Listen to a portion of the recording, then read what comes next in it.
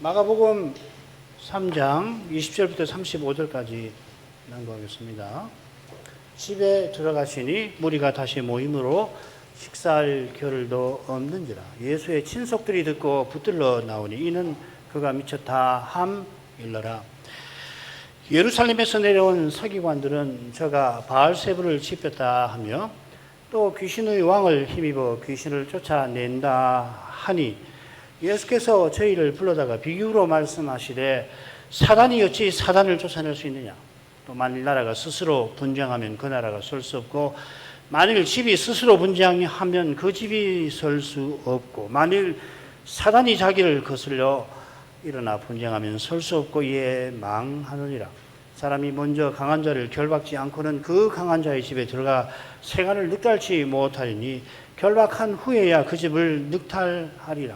내가 진실로 너희에게 이르노니 사람의 모든 죄와 무릇 회방은 사심을 얻되 누구든지 성신을 회방하는 자는 사심을 영원히 얻지 못하고 영원한 죄에 처하느니라 하시니 이는 저희가 말하기를 들어온 귀신이 들렸다 함일러라. 때에 예수의 모친과 동생들이 와서 밖에 서서 사람을 보내어 예수를 부르니 무리가 예수를 둘러 앉았다가 여짜오되 보소서 당신의 모친과 동생들과 누이들과 들이 밖에서 찾나이다. 대답하시되 누가 내 모친이며 동생들이냐 하시고 둘러 앉은 자들을 둘러보시며 가라사대 내 모친과 내 동생들을 보라. 누구든지 하나님의 뜻대로 하는 자는 내 형제요 자매요 모친이니라. 주님께서 갈릴리 사역을 전개하시는 그 처음에 12 제자를 사도로 세우셨습니다. 이 갈릴리 사역을 시작하실 때 5 제자를 부르신 뜻이 사도로 세우려고 하시는 거죠. 그처럼 회개하라 천국이 가까이 왔다. 주님께서 처음부터 전파하신 목적은 무엇보다 주님의 몸으로서 교회를 세우고자 하심인데 이 교회가 서는 터로서 이 사도를 세운 겁니다. 이게 에베소서 2장 20절 말씀이죠. 이 교회는 하나님을 아버지로 모신 하나님의 권속입니다. 방금 에베소서 2장 20절 말씀드렸는데 19절 읽어볼게요. 그러므로 이제부터 너희가 외인도 아니요 선도 아니요 오직 성도들과 동일한 시민이요 하나님의 권속이라. 집안이라 이 말이죠. 그죠? 모세가 하나님의 집 안에서 사환으로 충성했다면 그리스도께서는 그 집 위에 계시는 아들로 충성하고 계십니다. 그리스도께서 이를 위해서 세상에 오셨고 하나님 나라를 전파하시며 표적을 행하시고 그럴 때 특히 이 사도들을 늘 곁에 있게 하신 겁니다. 자, 이런 내용에 비춰서 오늘 읽은 본문을 셋으로 나눠볼게요. 3장 20절 21절 주님의 친속들이 그가 미쳤다는 말에 주님을 붙들러 나왔다 하는 겁니다. 그리고 22절부터 30절까지에서는 이 서기관들이 예수님을 바알세불 집했다고 비난하니까 그걸 주님께서 책망하시며 중요한 교훈을 베푸시는 내용입니다. 그리고 31절부터 35절 31절 35절에서는 주님의 모친 그리고 동생들이 주님을 찾아왔는데 주님께서 참된 가족이 누군가 교훈해 주시죠. 그러니까 이 셋은 모두 이 집이라고 하는 이미지에서 서로 연결이 됩니다. 첫째 부분, 셋째 부분은 이 마가에만 독특하게 이렇게 배치가 되어 있고 이 첫째 부분은 마가복음에만 나오는 겁니다. 이 보면은 예수님의 식구 혈육에 관한 거라는 걸 의도적으로 배치해 놓은 것 같지 않으세요? 누구보다 주님을 알아볼 혈육들이 실은 주님을 오해합니다. 주님을 수태할 때 그 비범했던 그 믿음의 소유자 마리아조차도 이번에는 자녀들과 마찬가지로 주님을 마땅히 대할 분으로 대하지 못하고 있습니다. 그러면 주님을 정당하게 대할 길이 뭔가 이 마지막 35절에서 예수님께서 밝히시는데 하나님의 뜻대로 행하는 자가 참된 하나님의 식구다 이렇게 말씀하시는 겁니다. 가운데 부분을 보시면 적대하는 바리새인들이 더욱 주님을 미워하게 된 일을 보여줍니다. 그 발단이 뭔가 하면 예수님께서 이 귀신이 들려서 보지 못하고 듣지 못하는 일을 고쳐주신 사건인데, 마태복음 12장에는 그 사건이 나오고 누가복음 11장에도 짤막하게 마태복음도 사실은 길진 않아요. 나오는데 마가는 그 사건의 결과를 다루고 있습니다. 서기관들이 참남하게도 예수님께서 바알세불이 집혀서 이 귀신의 왕을 힘입어 귀신을 쫓아낸다 비방을 합니다. 주님께서는 귀신 쫓는 일이 얼마나 강력한 것인지를 사탄의 나라와 관련해서 교훈하시죠. 이 사탄의 나라를 강한 자의 집이라 하십니다. 그의 나라를 집이라 표현하신 것처럼 주님의 식구들과 관련된 문제들은 결국 하나님 나라에 관련되는 것이죠. 예수님 개인 집안의 문제가 아니고 하나님 나라에 관한 문제라는 걸 보여주는 거거든요. 성경은 이렇게 짧은 열 몇 절인데도 사실은 얼마나 많은 영광관계를 지어가지고서 우리가 평생 이 부분을 읽더라도 매년 한 번씩 읽더라도 성경을 1년에 한 번씩 읽는 분들도 꽤 계시는데, 그러면 매년 그렇게 읽는 분은 수십 년이면 수십 번을 이 사건을 읽을 거 아니에요? 수십 번 읽어도 말이에요. 다 몰라요. 이 실마리를 찾아가는 게 얼마나 중요하고 또 재미있습니다. 좋은 의미에서. 얼마나 흥미로운지 몰라요. 기가 막힌 책이에요. 우리가 하나님 말씀이라고 입에 닳도록 이야기하는데, 물론 내용의 주제에서 이 하나님 말씀을 깨달을 때 생명을 얻는 점에서 단연 하나님 말씀이죠. 아울러서 성경 기록 자체도 이게 어마어마한 거예요. 금방 줄거리 해서 보지만은 우리가 살필 수 있는 게 굉장히 많잖아요. 말들 보십시오. 중요한 키워드만 말씀을 드렸습니다만 그것만 아니에요. 여러분이 만약에 헬라어를 아신다면은 깜짝 놀랄 만 굉장히 많습니다. 헬라어를 모르시는데 제가 자꾸 헬라어가 어쩌고 그러면은 이 중요한 내용을 놓칠까봐 삼가하고 또 삼가해서 꼭 필요한 것만 말씀드리는 거거든요. 기가 막힌 겁니다, 사실은. 주님의 강력한 표적을 보고도 주님을 비난하는 서기관들을 향해서 성신을 회방하지 말아라. 아주 무서운 경고에 그제는 영원히 사하심 받지 못한다 하셨습니다. 다시 말하면은 하나님의 권속에 지금 서기관들이 있는 거 아니에요. 그죠? 이게 언약 백성이니까. 있는데 그러나 새롭게 세워지는, 구약과 연속되지만 세워지는 영원한 권속에서는 영원히 추방되는 거다. 이 배도에 관한 주제거든요. 자, 넘어가죠. 20, 21절 읽겠습니다. 집에 들어가시니 무리가 다시 모임으로 식사할 겨를도 없는지라. 예수의 친속들이 듣고 붙들러 나오니 이는 그가 미쳤다 함일러라. 주님께서 사도를 세우신 후에 산에서 내려와서 집에 들어가십니다. 그 집에 무리가 다시 모입니다. 이 들어간다, 모인다 하는 말이 똑같은 이 간다라고 하는 에르코마이라는 말이 쓰여 있어요. 이런 게 참 헬라어만 알면 기가 막히는데 번역도 살릴 수는 있죠, 물론. 마가 선생은 무리가 주님 계신 집으로 함께 온다, 이 간다, 온다로 다 번역할 수 있는 말이거든요. 주님은 집 안으로 가셨다, 그래서 들어가셨다고 번역하고, 무리들은 함께 온다, 이렇게 함께 간다고 할 수 있습니다만은 온다가 좋죠. 그 집은 베드로와 안드레의 집입니다. 그 집에 선교 본부를 두셨습니다. 그래서 갈릴리 지역을 두루 사역하신 다음에는 늘 이 집에 돌아오셔서 쉬셨습니다. 그 소식이 들리니까 무리가 모여든 거지요. 이 마가는 이 들어가신다, 이 모인다는 말을 강조를 합니다. 그걸 참조하면 주님의 갈릴리 사역이 지금 어떻게 전개되어 가고 있는가를 짐작할 수 있습니다. 얼마나 많은 사람들이 찾아왔는지 주님과 사도들과 베드로의 장모를 포함한 다른 식구들이 식사할 겨를도 없었습니다. 그래서 식사하실 겨를이 아니라 식사할 겨를이라고 되어 있어요.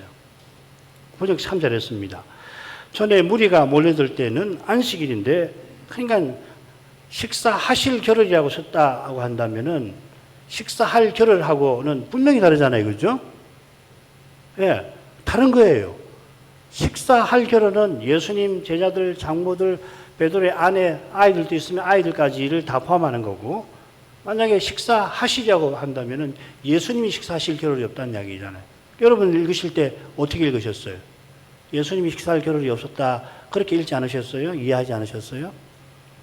그런데 꽁꽁 읽어보면 예수님만 아니고 그 식구들이 아무 일도 못하게 된 거란 말이죠. 자, 넘어가십시다. 전에 무리가 모여들 때는 마침 안식일인데 장모님이 아프셔갖고 식사할 겨를이 없었지요. 지금은 무리가 너무 몰려와가지고서는 그 집안에 있는 모든 분들이 식사할 수가 없었습니다. 달리 말하면 무리의 반응과 관심이 뜨거웠던 겁니다. 갈릴리 시작 대목, 사역의 시작 대목도 같은 사실로 마무리했지요. 3장 8절부터 10절입니다. 심지어 두로와 시돈 같은 이방 지역에서도 사람들이 몰려들었습니다. 그러니까 전에 베드로 장모가 아플 때는 이 가버나움 사람들이 몰렸던 거거든요. 지금은 이방인들도 지금 몰려왔다는 이야기예요. 무슨 말인지 아시겠죠, 그죠? 그래 이제 주님께서 바리새인의 미움과 적대를 더 받으셨는데 무리의 관심과 기대의 열기가 식기는커녕 더 고조가 되고 있습니다. 그러니까 더 고조되는 동시에 원수들의 이 시기와 적대감도 고조돼 가고 있다는 이야기거든요. 이게 지금 이 부분이 중요한 내용이고 마태복음은 11장부터 13장이 그 내용이 됩니다. 이런 현실에 비추어서 친속의 반응은 이게 참 묘한 긴장을 일으킵니다. 이야기 어렵다고 했는데 그보다는 묘한 긴장을 불러냅니다. 우선 주님의 친속이 누굴까요? 아무도 단정 못해요. 사실은 이 친속이라고 이 푼 용어가 신약 성경 여기만 나옵니다. 신약 바깥에서는 어떤 용법이냐면 가족이라고 하는, 친속은 좀 더 넓은 가족이면은 우리말의 가족은 좀 더 좁은, 좀 더 가까운 식구를 말하는 거잖아요. 그러니까 이 마가는 지금 마가복음 3장 31절부터 35절 내용과 이걸 서로 짝을 이루어서 보게 하는 거란 말이죠. 그래서 지금 친속은 누구냐? 틀림없이 모친 동생들일 거다. 그렇게 볼 수 있어요. 성경 외에 용례를 보더라도 가능한 겁니다. 이들이 주님을 붙들러 나왔습니다. 이 붙든다는 말을 다 조사해 보면은 가장 많이 쓰이는 게 뭐냐면 예수님 체포한다 할 때 쓰는 말이에요. 그 다음으로 많이 쓰는 게 뭐냐면 예를 들면 예수님이 병자를 고쳐서 붙들어 주실 때 그럴 때 쓰는 말이에요. 그러면 지금 식구들은 어떤 의미로 썼겠나? 전자일 일이 없을 거 아니에요, 그죠? 아마 후자, 예수님을 도우려고 지금 예수님께 오해받으니까 거기서 구출해 주겠다 그런 뜻으로 이 붙든다는 말을 쓴 것 같아요. 그럴지라도 주님을 바르게 대하는 건 아니죠, 그죠? 네. 이는 그들이 온 이유에서 드러납니다. 이는 그가 미쳤다 함일러라. 이 함이란 말은 말함이란 말입니다. 이 미쳤다고 새긴 낱말이 마가복음에 3번 더 나오고 나머지는 전부 예수님의 표적을 보고 사람들이 깜짝 놀란, 제정신이 아닐 정도로 놀란 걸 표시한 겁니다. 여기서는 그것보다는 여기서는 좀 다른 의미죠. 미쳤다 할 때는 그죠. 제정신이 아니다 이런 정도고 귀신 들렸다라고 하는 그것하고 사실 연결이 될 만한 겁니다. 흥미로운 점 뭐냐면은 같은 이 동사를 바울이 자기에게 씁니다. 내가 미쳤어도 하나님을 위하여 미쳤다 이렇게 표현했습니다. 여기서 이제 이 미쳤다라는 말을 바울이 쓸 때 무슨 뜻이겠나?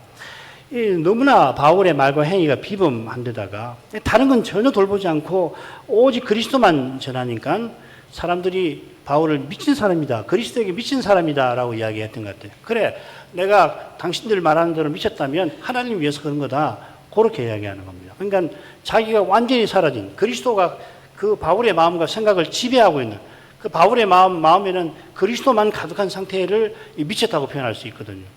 영어에 보면 이 낱말을 어떻게 번역하면 beside oneself라고 씁니다. beside oneself. 그러니까 자기가 있는데 자기 밖에 있는 거예요, 자기가. 자기는 자기 자신은 살피지 않는 상태. 그런 용어로 쓰는데 형제들은 제정신이 아니다라고 하는 그 말에 지금 충격을 받았던 것 같아요. 자, 넘어가십시다. 그런데 예수님이 미쳤다고 말하기 때문에 그들이 붙들러 왔거든요. 그럼 누가 이 말을 했나? 여러분 읽으실 때 이 말을 누가 한 것 같아요? 식구들이 말했다고 볼 수도 있어요. 그죠? 앞에서 읽으면 식구들이 예수님이 미쳤다고 말하면서 붙들러 왔다고도 할 수 있지만 그거는 아닌 것 같아요. 왜 그런가 하면 바로 다음 22절도 있고 그 다음에 30절에도 똑같은 이 말한다는 이 표현이 있어요. 쓰여 있어요.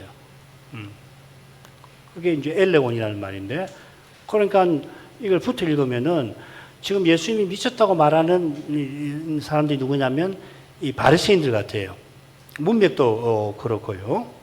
그리고 이 낱말을 제가 마가복음에 나오는 걸 다 조사해 봤는데 희한하게 이 예수님을 공격하는 원수들이 말한다고 할 때 이 표현을 정확하게 이 엘레곤이라는 말을 많이 써요. 전부 다는 아니지만.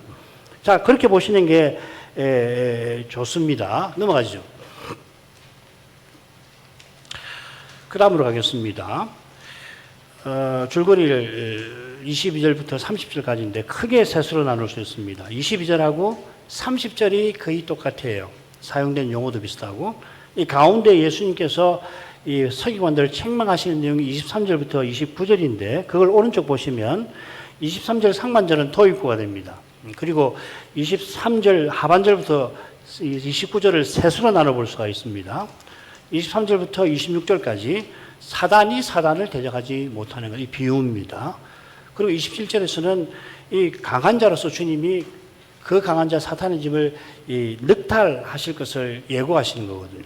자, 그런 터에서 지금 사단을 힘입어서 예수님이 귀신을 쫓아낸다고 비방하는 이 죄가 여기서 한 걸음 더 나가면 영원히 사함받지 못하는 죄가 될 거라고 예수님이 경고를 하십니다. 그게 28, 29절이 되겠습니다. 자, 이 줄거리에서 바로 22절로 가죠. 예루살렘에서 내려온 서기관들은 저가 바알 제브를 집했다 하며 또 귀신의 왕을 힘입어 귀신을 쫓아낸다 하니,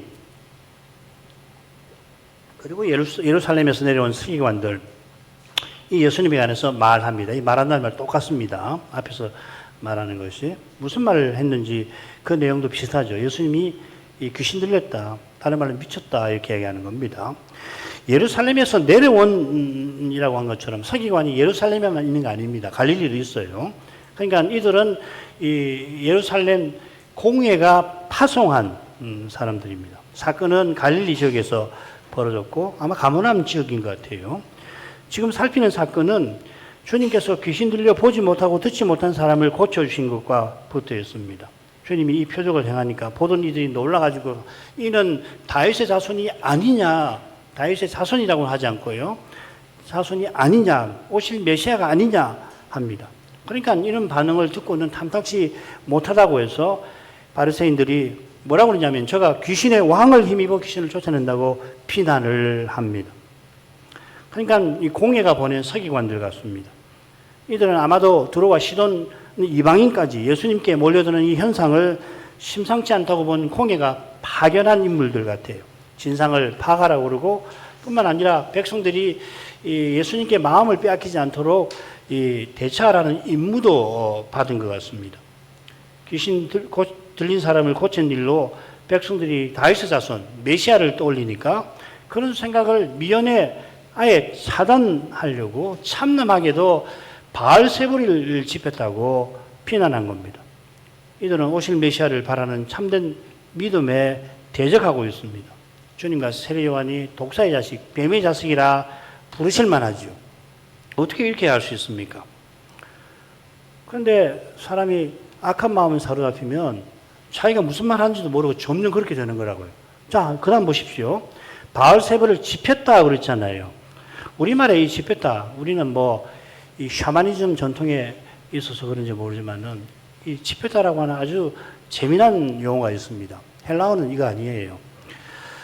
이 집했다는 말은 영이나 신이 임해서 신통력이 생겼다 하는 말입니다. 우리말에.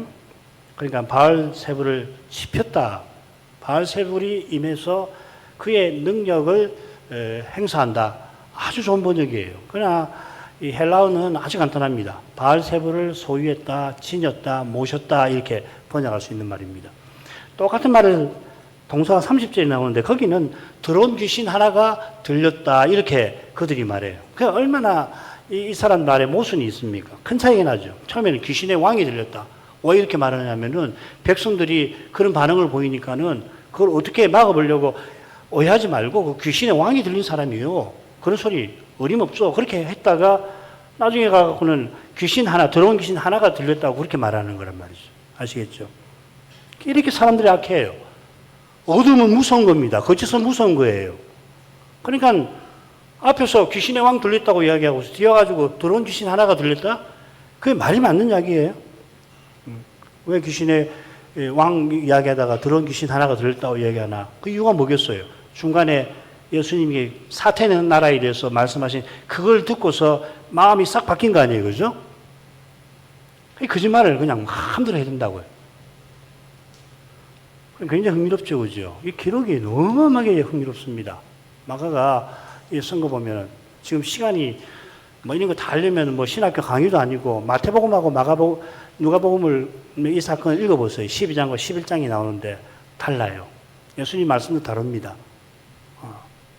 그리고 왜냐하면 예수님 말씀이 심오하니까 마가는 마가대로 이 말씀을 기록을 한 거거든요. 우리는 마가가 어떤 취지로 예수님 말씀을 강조하는가를 보면 배울 점이 많습니다. 넘어가십시다. 23절 상반절 예수께서 저희를 불러다가 비유로 말씀하시되, 여기 저희를 불러다가 하셨는데 여기 저희는 서기관이라고 봐야 되겠죠, 그죠? 왜 이렇게 말씀드리냐면 12사도를 세우실 때에 저희를 불러다가 바로 그 말을 쓰셨거든요. 그런데 대상은 예수님의 제자보다는 서기관들이 맞아요. 그런데 왜 똑같은 동사를 썼는가? 생각해 볼 만하죠. 여러분 한번 생각해 보십시오. 저는 답이 있는데 여러분 한번 생각해 보십시오. 자, 말씀하신 내용을 보면 의미 경관계 분명합니다. 특별히 이 비유로 말씀하셨다고 할 때 그런 내용이 더 짐작이 돼요. 왜 그런가 하면 이 비유로라고 하는 말을 조사해 보면 이게 영어로 하면 in parables 이렇게 번역할 수 있는 말이거든요. 이 말을 쓸 때마다 예수님의 비유는 매우 부정적이에요. 그러니까 들어도 깨닫지 못하게 하는, 그리고 그 결과로 심판을 받도록 하실 목적으로 비유를 베푸실 때 꼭 이 표현을 쓴다고요. 그러니까 번역할 때는 이 표가 안 난단 말이죠. 번역할 때는 이게 안 살아나니까 제가 이 표현이 나올 때마다 말씀드릴 거예요. 마태복음 13장 강사할 때도 제가 이걸 이야기를 드렸죠. 그러니까 제자들이 예수님 무리들을 가르칠 때 치실 때 보니까 변화가 있는 거라고. 예수님께서 왜 이 시기에는 비유로만 말씀하시지? 마태복음 13장에 그런 내용이 나오죠, 그죠? 그 묻습니다. 왜 비유로만 무리에게 말씀하십니까?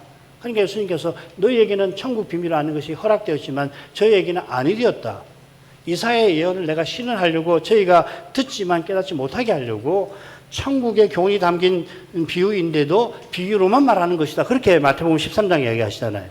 아시겠죠? 지금 그렇게 썼어요. 넘어갈게요. 그러니까 지금 예수님의 말씀은 무서운 경고를 바라시는 겁니다. 심판을 명하시는 거거든요. 달리 말하면 서기관들의 이 반응은 매우 악한 겁니다. 그래서 여기서 한 걸음 더 나가면 이제 더욱 예수님을 죽이려고 그러고 그 다음 단계가 십자가로 이어지는 것이죠. 그 다음 가지요. 23절부터 26절 오늘 여기까지 해야 될 것 같은데, 사단이 어찌 사단을 쫓아낼 수 있느냐, 또 만일 나라가 스스로 분쟁하면 그 나라가 설 수 없고 만일 집이 스스로 분쟁하면 그 집이 설 수 없고 만일 사단이 자기를 것으로 일어나 분쟁하면 설 수 없고 이에 망하느니라. 이 부분을 비유로 보는 게 좋아요. 근데 이 보시면 도표에 나와 있지만은 아주 선명하죠, 그죠? 사단이 사단을 어떻게 쫓아낼 수 있느냐. 그 내용이 23절 하반절과 26절에 똑같이 나오죠. 여러분 마태복음 13장 보십시오. 12장 보십시오. 다르게 돼 있어요. 그러면 틀리다는 게 아니고 강조점이 다른 거란 말이에요. 마가는 아주 선명하게 이 점을 처음과 끝에 넣고 가운데 나라와 집이 분쟁하면 설 수 없다 이렇게 이야기를 하는 겁니다. 이 비유는 신령한 세계를 다루고 있습니다. 서기관들은 주님이 귀신 쫓는 일을 눈앞에서 보고 그 결과가 백성에게 미치는 현실적인 결과에 갇혀 있는 거죠. 눈에 보이는데 갇혀 있는 거예요. 신령한 세계는 관심 없습니다. 있더라도 부차적이란 말이죠. 이렇게 심히 얻은 그들에게 주님께서는 신령한 세계에서 일어나는 놀라운 일을 일러주시는 겁니다. 주님께서 마태복음과 누가복음에서 내가 성신으로 귀신을 쫓아내면 하나님 나라가 임했느니라 말씀하신 것처럼 이 성신의 감화가 아니면은 누구라도 신령한 일을 분별하는 일에서 석유가보다 결코 나지 못할 것입니다. 요걸 주의하셔야 돼요. 우리 교회는 이 비유에 담긴 신령한 세계에 관한 교훈을 설립 초기부터 분명히 배웠죠. 여러분이 이 본문을 읽을 때 마귀에게 국권 조직이 있다라고 하는 표현을 떠올리신 경우들이 대부분이실 텐데 그거 쉬운 가르침 아닙니다. 이거 뭐 국권 조직만 말씀하신 게 아니고 김홍재 목사님이나 최 목사님께서 그보다 훨씬 많은 말씀을 하셨는데 국권 조직이 있다라고 하는 이 개념이요. 우리 교회에서는 거의 뭐 신앙적 상식처럼 되어 있지만은 이거 쉬운 말 아닙니다. 그리고 그 말씀을 하실 때 이게 도대체 우리가 살아가는 이 시대와 현실에 무슨 의미가 있는, 함의가 있는지를 조금만 더 생각해 보십시오. 이 세상은 눈에 보이는 이 요소들에 의해서 움직이지 않아요. 영향이 없다는 게 아니라 그 배후의 신령한 세계의 중요한 요인들에 의해서 이 세상은 굴러간다고요. 근데 우리는 생긴 것이 눈에 보이는 것을 전부로, 듣는 것을 전부로, 여기는 그런 존재 아니에요. 육의 몸을 갖고 있는 거거든, 특별히. 하나님 말씀에 빛이 있어야 되는 거예요. 그래야 이 신령한 세계에 대해서 알고, 이 일이 겉으로는 이게 보이지만 그 배후에 어떤 일이 작용하고 있구나. 이걸 놓치면 안 된다는 거예요. 이게 신앙의 독특성이기도 합니다. 거룩성이라고도 할 수 있어요. 특별히 우리 시대는 이 거룩한 영역이 점점 축소가 되어서 뭐든지 과학적으로 설명하려고 합니다. 과학적으로 설명 안 되면 터무니없다고 그래요. 상식이 안 맞으면 비상식이라고 격하해버립니다. 상식이 안 맞다고 모두가 비상식이고 비도덕적이 아니고 어떤 영역은 거룩한 게 있는 거라고요.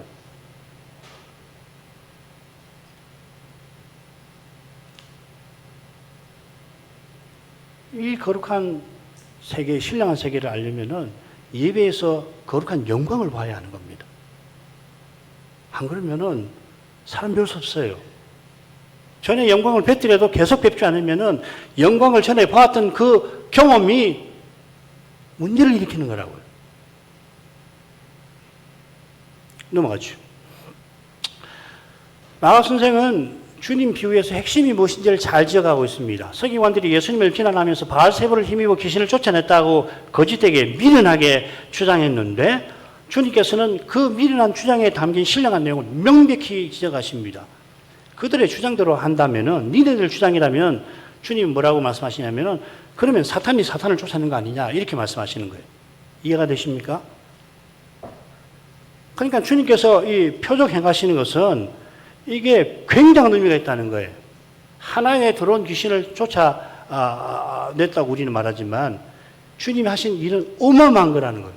그거는 사단이 사단을 쫓아내는, 니네들 주장대로라면 사단이 사단을 쫓아내는 정도의 중요한 일이란 말입니다. 그래, 귀신을 회당에 쫓아낼 때 뭐라고 그럽니까, 귀신이? 우리가 당신과 무슨 상관이 있습니까? 우리를 멸하러 오셨습니까? 다른 데 보면 아직 때가 아니지 않습니까? 그렇게 하게, 우리를 말해요, 귀신이. 지난번에도 우리 살폈지만은 귀신들이 의도적으로 예수님께서 하나님의 아들이시라고 막 떠벌어대잖아요. 귀신들이.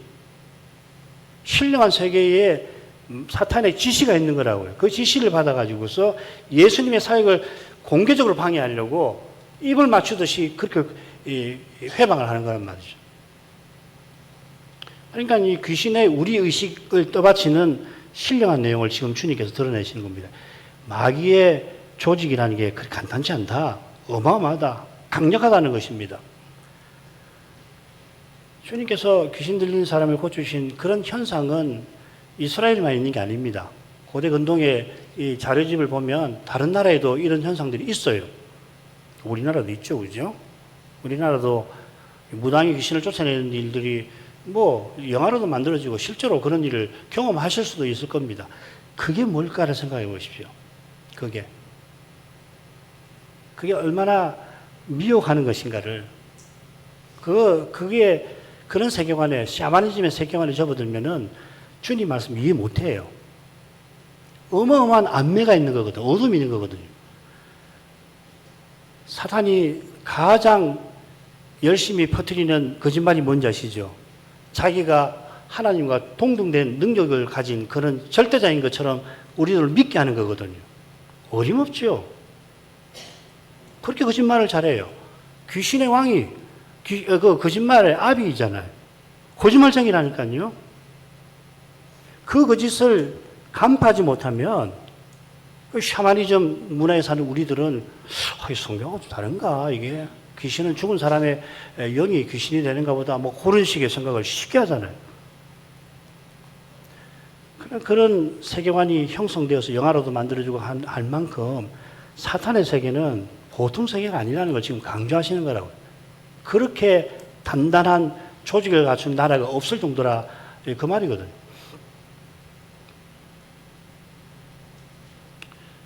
자, 그 다음 넘어가죠. 그러나 이스라엘 선생들은 이런 신령한 일에 캄캄합니다.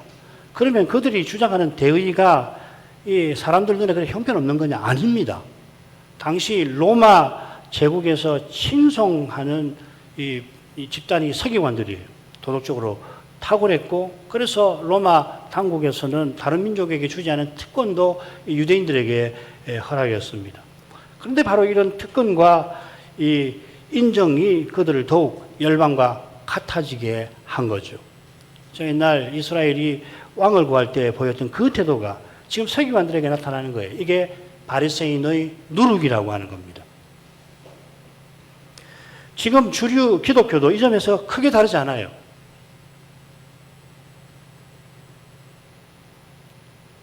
남의 교회를 뭐 비판하고 싶은 마음 없습니다만은 우리도 크게 기독교에 속해 있으니까 지금 우리를 둘러싼 기독교 세계가 뭘 추구하는지를 보십시오.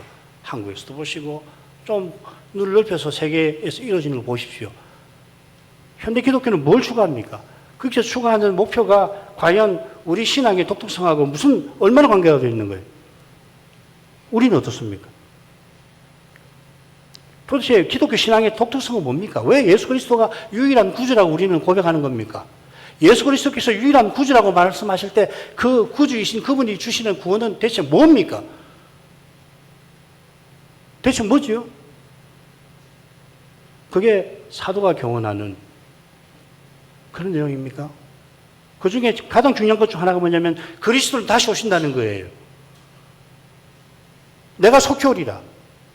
이게 오늘날 기독교 뭐 다른 이야기야. 우리하고 나 자신과 결부시켜서 한번 생각해 보십시오. 얼마나 이 말씀을 여러분 날마다 내가 속히 오리라 하는 이 말씀을 얼마나 날마다 생각하시고 다시 오시기를 간구하십니까? 안 하시면 왜 그렇습니까? 왜 그렇죠? 달리 말하면 내가 속히 오리라는 이 말씀이 얼마나 놀라운 말씀이에요.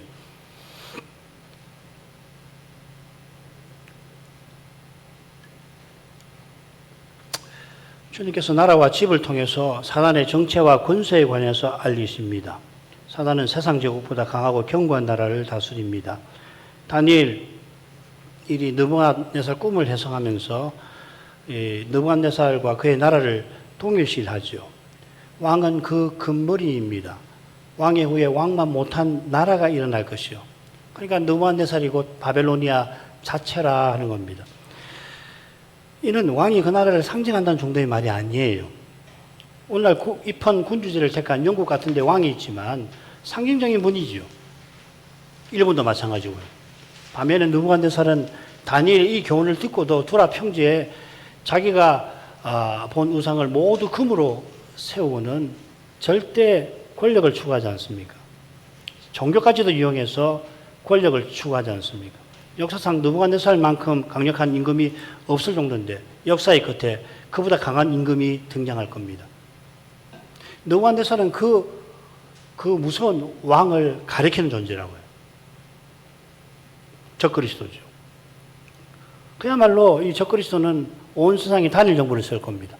적그리스도의 단일 세계 이전에 잠시 전 세계적 단일 정부가 잠시 있을 거라고 계시록은 예언하잖아요. 그게 일곱 번째 머리입니다. 일곱 번째 머리하고 여덟 번째 적그리스도하고 다르지만 같이요. 그래, 말 그대로 생살 여탈권을 휘두릅니다. 자기를 숭배하지 않으면 얼마든지 다 죽이게 합니다. 이런 왕이 느부갓네살 같은 사람이 비슷하겠지만은 느부갓네살은 온 세상을 다스리지는 않았잖아요. 근동 세계를 지배했을 뿐이지. 그가 이렇게 할 수 있는 것은 용이 자기의 권세, 보좌, 능력을 주어서 그렇습니다. 더 근원적으로는 하나님이 천년 동안 결박되어 있던 용을 잠시 결박에서 풀려나게 하신 데 있습니다. 마귀가 그리스도 오시기 전에 만국을 미혹했던 것처럼 물론 그때도 이스라엘은 은혜를 베푸셨던 까닭에 마귀가 만민을 자기 마음대로 주무를 수는 없었고 장차 적그리스도가 무비의 권력을 행사해도 말일 성도는 남아있게 하실 것입니다. 그러나 사람 눈에는 그때 교회와 신자는 지상에서 사라져버린 듯이 보일 정도일 겁니다. 지금 주님이 말씀하시는 사탄의 나라가 이렇게 강력한 곳이 나라예요.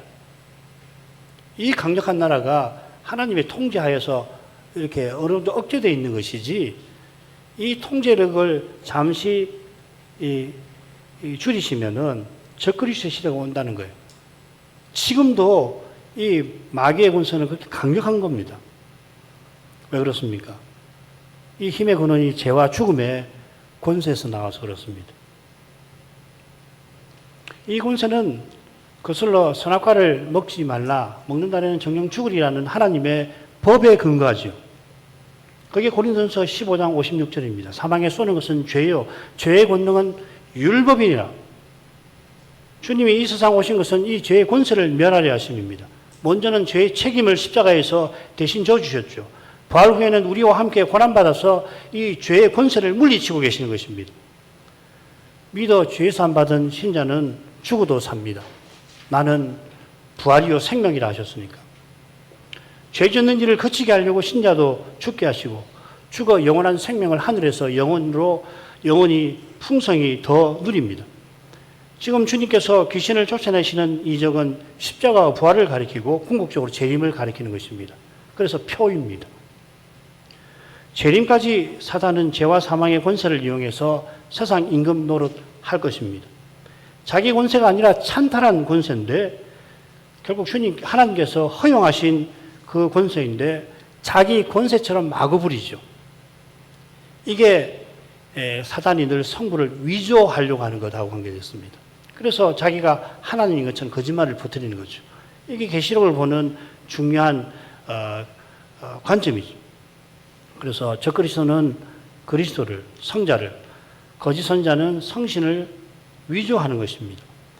거룩한 삼위일체를 위조한 이 참남된 삼조 일체가 있다는 걸 잊어서는 안 돼요. 계시록을 이해하는 중요한 측면이라고 말씀드렸는데 계시록을 이해한다는 것은 재림까지 교회와 교회의 역사와 현실을 헤아리는 빛을 얻는다는 것입니다.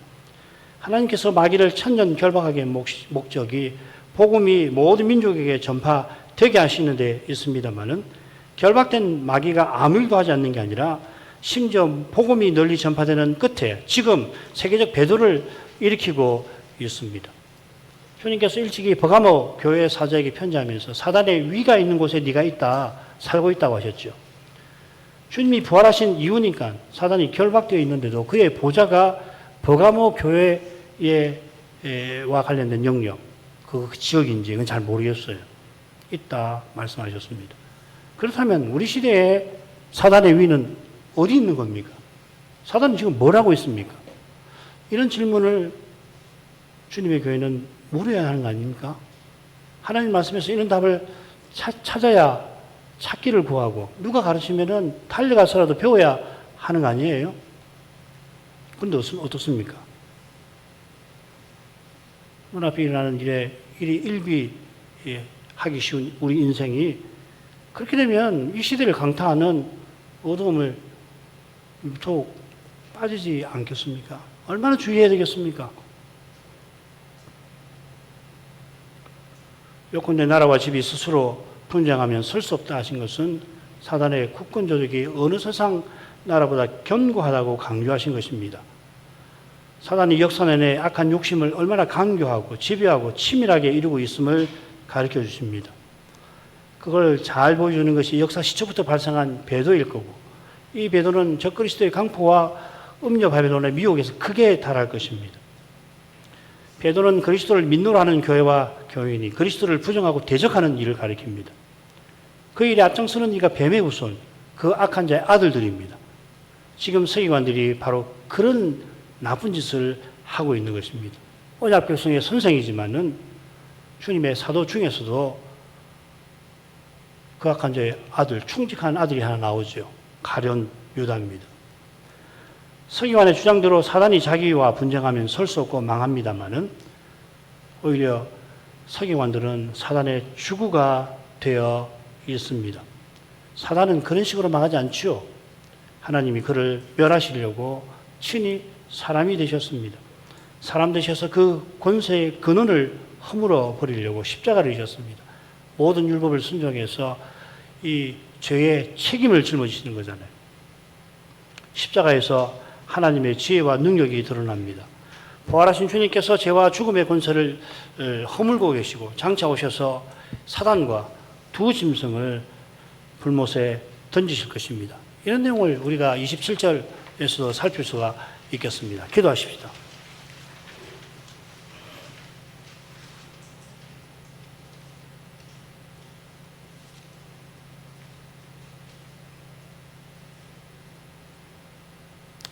거룩하신 아버지, 저희가 이날에도 예수께서 갈릴리 사역을 전개하시면서 어떻게 그 받으신 사명을 신실히 이루어 가시는 것을 배우게 하십니다. 특별히 성신을 힘입어서 귀신 들려 보지 못하고 듣지 못하는 일을 건져 주셨을 때 백성들이 다윗의 자손이 아닌가 놀라워하였습니다. 주님이 다윗의 자손이실 뿐 아니라 심지어 다윗의 주이신데 그런 영광을 귀신 쫓는 일로 나타내신 결과 이런 복스러울 수 있는 반응이 백성 중에는 나타났지만 너무도 이상하게도 서기관들은 그런 기대를 아주 꺾어버릴 마음에 예수님이 바알세불을 지펴서 그의 힘을 빌려서 귀신을 쫓아냈다고 비난하였습니다. 사람의 죄는 얼마나 악할 수 있는지, 어느 정도로 얻을 수 있는지 보게 하십니다. 그들이 귀신의 왕이 들렸다 하다가 나중에는 들어온 귀신 하나가 들렸다고 비난한 데서 이들이 얼마나 악한 마음과 미움과 시기심에 사로잡혀 있는지, 나아가 주님이 경고하신 대로 그 악한 자의 아들들로서 예수님을 얼마나 대적하게 될 것인지를 보게 됩니다. 마귀시아의 귀신들도 예수님을 그렇게까지는 대하지 않았는데 이스라엘의 스승이라 자처하는 이들은 과연 이성 없는 짐승보다도 더 열악하게 배도하는 대로, 멸망하는 대로 추락하고 있었습니다. 그런 그들에게 주님께서 사단과 그의 나라에 관해서 일러주시지만 그 교훈을 그들은 들어도 깨닫지 못했고 그 교훈을 들은 것 때문에 회개치 아니하는 그들은 더욱 어두운 대로 결국 주님을 십자가에 내어주는 그런 극악한 뇌에 떨어진 줄 믿습니다. 자비하신 아버지, 신령한 세계에 관하여 저희가 무지하거나 무시하지 않게 하옵소서.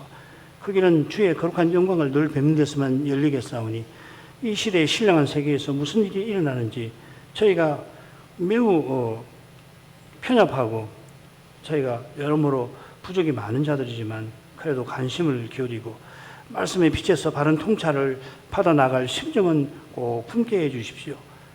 그래야만 하나님께서 이런 시대에 주님의 교회들과 백성들을 위해서 원하시는 이들을 세우셔서 이런 일에 대해서 교훈할 때 그래야 그 교훈을 저희가 들을 마음 깨달을 수가 있지 않겠습니까? 하나님 아버지, 저희 모두를 자비 여겨 주셔서 저희가 마땅히 생각할 바를 생각하고 나갈 수 있도록 더욱 주님을 간절히 바라고자 하는 심정을 품게 하시옵소서. 예수님 이름으로 기도합니다. 아멘.